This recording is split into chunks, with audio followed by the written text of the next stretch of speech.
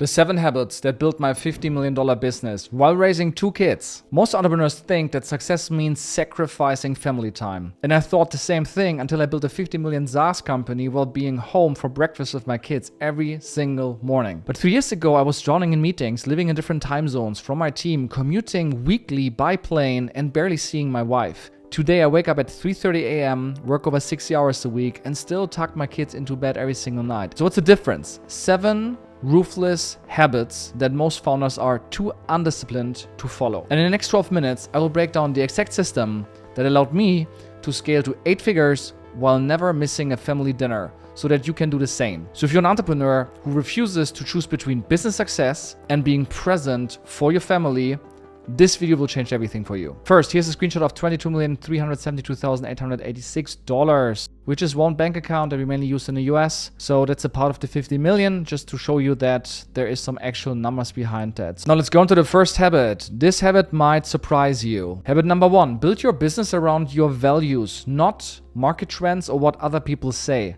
Here's what nobody tells you about building a company. If your business model conflicts with your core values, you will either burn out or sell out. And when I started my SaaS company, everyone told me I needed to be in Berlin, get an office, and hire locally, like everyone else did. And I did that for 2 years, but I couldn't just do it anymore. So I did the complete opposite. And in 2018, 2 years before COVID happened, I built a 100% remote company because I want success and family time. And I refused to commute even 30 minutes when I could be reading bedtime stories to my kids. So this wasn't just a lifestyle choice, it was a strategic business decision.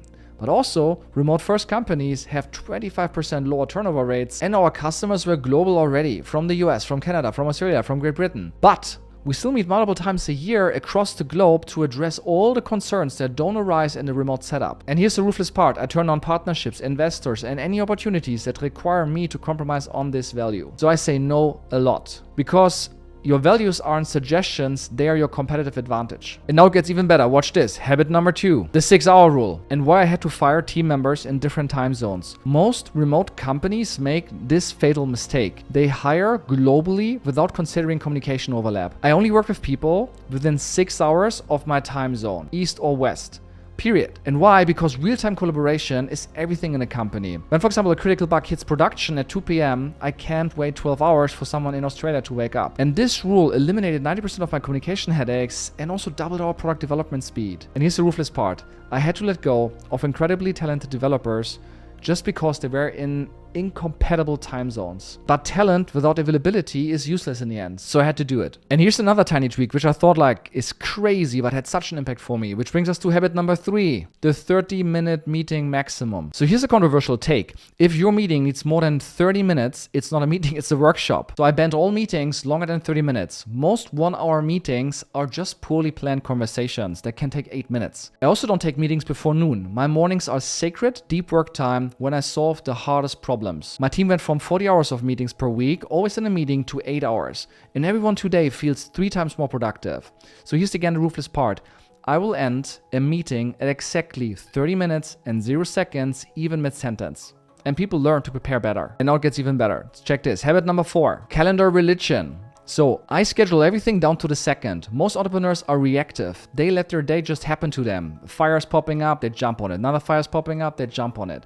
I schedule everything. Deep work blocks, family time, lunch, me time. My computer clock is set to the exact second, and I operate by seconds, not minutes. And this isn't obsessive, it's protective. When you don't control your calendar, everyone else will. I have specific blocks: 3:30 to 4 a.m. day planning, 4 a.m. to 6:30 a.m. deep work, 7:15 to 8:45 family time, 9 a.m. to 12 p.m. deep work, and then 1 p.m. to 6 p.m. meetings and calls. So here's the ruthless part. I don't make exceptions. If someone wants to meet during family time, the answer is no. No explanation needed. The next habit is a habit that most founders skip. Habit number 5. Equipment investment. Why I spend $15K on my home office. And here's where most remote workers fail. They try to save money on equipment. I have a 57-inch ultra-wide 8K monitor, an M4 MacBook Pro Max, professional audio and video setup, digital whiteboard, and physical whiteboard. So why? Why does it make any sense? Well, I spend more than 60 hours per week at this desk. So a $2,000 monitor pays for itself in productivity gains within a month. So here's the ruthless part. I'm frugal everywhere else, but ruthless about investing in tools that multiply my output. So the next one is a little bit crazy, but let's see what you say. Habit number 6, the 3:30 a.m. advantage. While my competitors sleep in, I'm already 3 hours into deep work. My day starts at 3:30 a.m., 7 days a week. No exceptions, no excuses. 3:30 to 4 a.m. I wake up, no phone, no distractions. 4 a.m. to 6:30 a.m. deep work on my key priority. 6:30 to 7 a.m. I do a 7-minute body weight workout, a 5-minute meditation, a 5-minute yoga routine, and 10 pull-ups. So this isn't about grinding, it's about winning the day before it even starts. So here's the ruthless part again. I maintain this schedule even on weekends, because consistency compounds. Now we come into a juicy habit, which is habit number 7, digital minimalism and the apps that I've banned. So watch this. I've eliminated, number 1, Netflix. I do 0 screen time. It's put into a cupboard. No one is looking at the TV anymore. Number 2, social media feeds. I use the screen time app on my iPhone. Every time I, for example, would open Instagram, I cannot even open it because it's grayed out, and if I open it, it tells me a screen time limit hit, which is set to 0 minutes.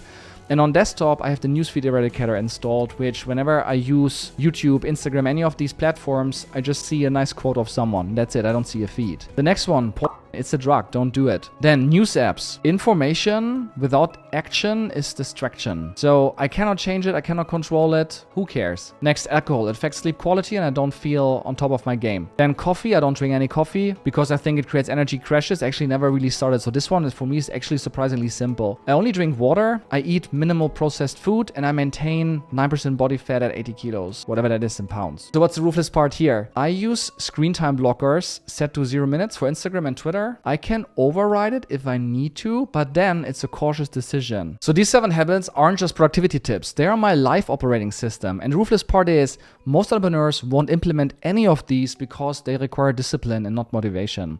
But if you're serious about building a business that serves your life instead of consuming it, start with 1 habit. I recommend the 30-minute meeting rule and you will see the results immediately. I've documented my complete daily schedule, my goal setting framework, and my business systems in a free resource guide. Link is in the description below. And if this video helped you see that you don't have to choose between business success and family time, then hit the subscribe button below. And I share the real systems behind building 8-figure companies every week. And please remember, success is not about working harder. It's about designing a life where your highest values and your biggest goals align perfectly.